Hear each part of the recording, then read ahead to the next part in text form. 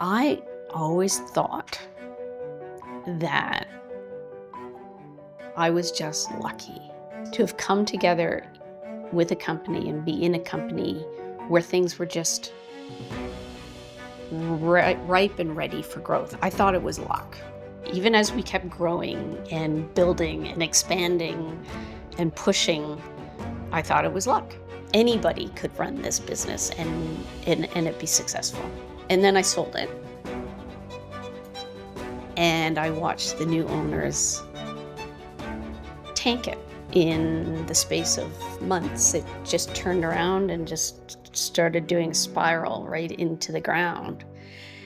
And that's when I realized it wasn't luck. Oh, I'm definitely grateful that my father came to me and trusted me to take on Norwood.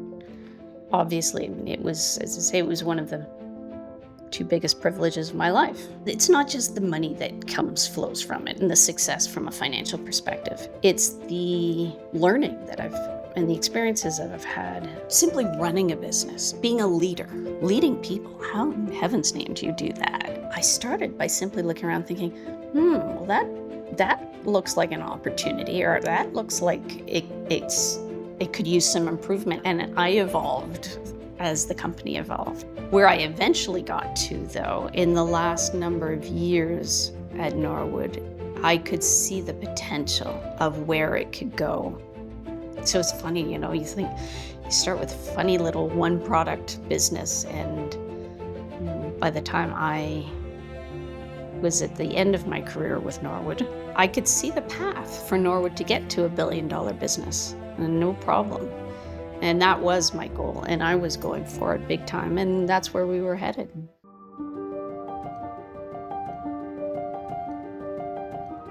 My leadership style is direct. I have high expectations. I think I make those expectations fairly clearly understood. And then I hold people to account.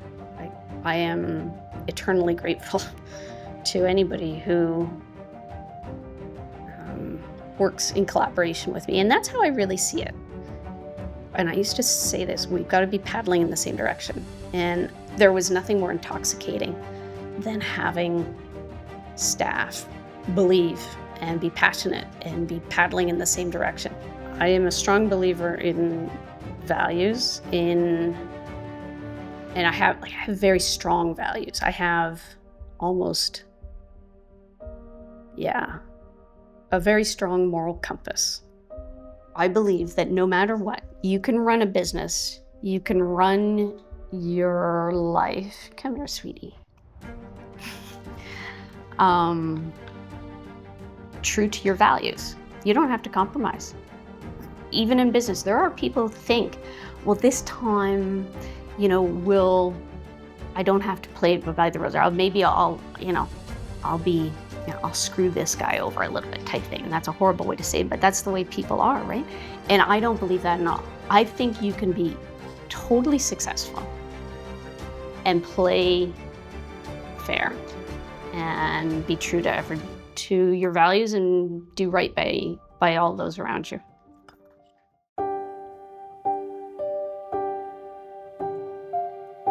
Norwood was growing at an exponential growth rate. So 10%, then being 14% a year, then 18%, then 24, 25, 35%. And by the time I sold the business, we were around the 90% growth rate.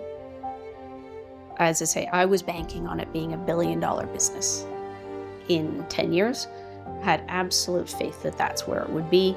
I thought, well, I'd certainly still like to have a piece of that rocket ship, and also still like to play a part in the sense of, help with a vision, help with some product development, international market expansion. I still had a lot to offer. I just didn't want to be the person principally responsible for this circus anymore. So I thought, this is going to be fantastic. It didn't turn out that way.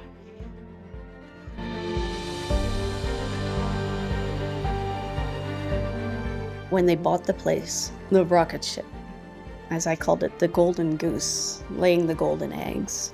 I was absolutely keen as can be to continue to be involved. And they had the person who was responsible for leading this business to exponential growth rates. And they absolutely shoved me out of the way. And it's so irrational. It just makes no sense. But the person who proven growth, and I think, you know what? I think they thought I lucked out too.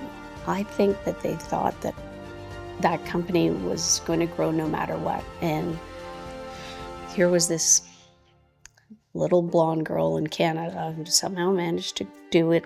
And so it had to have been luck. Within 3 months of the transaction, I could see the sales starting to tip over from an upward trajectory to leveling out. And then certainly within 6 months, the writing was on the wall. The acquisition was finalized late 2021. By March of 2022, I told the senior leadership that we would run out of cash by July. So that was 4 or 5 months post-acquisition. I saw that we were spending beyond our means. And we could all see demand dropping at that point. And so it became obvious very quickly. And I actually stepped out of the finance role by the end of May because it didn't matter what I said. It didn't matter what I did. I knew that there was nothing I could do at that point. All I can say is it was arrogance of the highest magnitude that was at the root of Norwood's demise. They would go on retreats and give themselves pay raises and bonuses. So the whole thing just sort of crumbles under the weight of the expenses. Now, if in that sort of environment, if you want to be spending your brains out, you can maybe get away with that if you keep growing your top line, you keep selling more units, expand your markets and that sort of thing. But instead what they did is they pulled all of the marketing strategies and systems that we used to use. So there goes your sales engine. Started spending like no business should. God. And they would just play patty cake all day. It was like they were playing house. They'd rent these grand premises and exorbitant prices and have consultants for millions of dollars. And that old fleet of chiefs, they had a chief of everything. And, there's just supposed to be CEO and a CFO and a company of that size and maybe 1 or 2 other heads, but they had an HR department that was twice as big as the product development department. How is that possible? Anyways,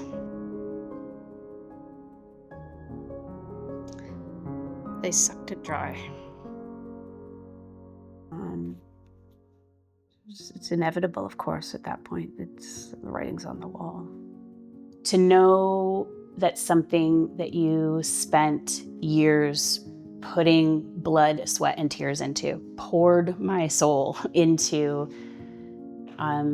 getting that company where it was, just being part of that story and knowing what we had built and the foundation we had built and the opportunities that were available for that company, to know that someone who thought they knew better took it and was able to so quickly turn it into something else and move it so far backwards is heartbreaking. And there has been a real process of grief, and to know that we had the company in a position when it was sold to do such amazing things, such huge opportunity if the right folks stayed involved. If we allowed it to go where it should have gone, it would have been amazing.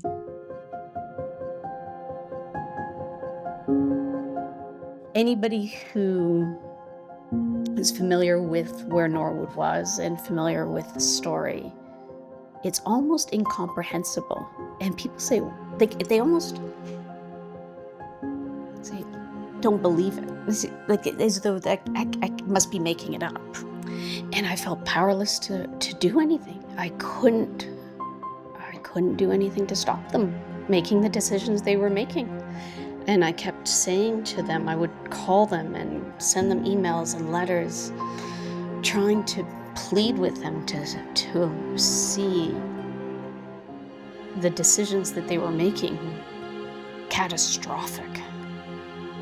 I should have taken more control over the process than the first occasion. If I could go back and give myself advice, and this is something I didn't do well enough. I thought I did. I would have put up more guardrails. So in my case, I sold a majority of the shares, a majority stake, which meant that I lost control over the business. If you're a minority shareholder, make sure that you put guardrails up so that the majority shareholder can't demolish your business and your enterprise value.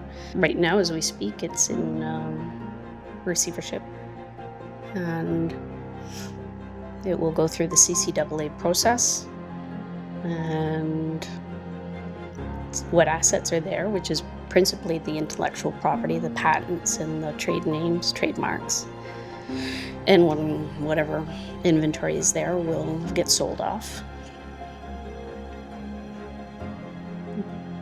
That's the end of a incredibly promising business.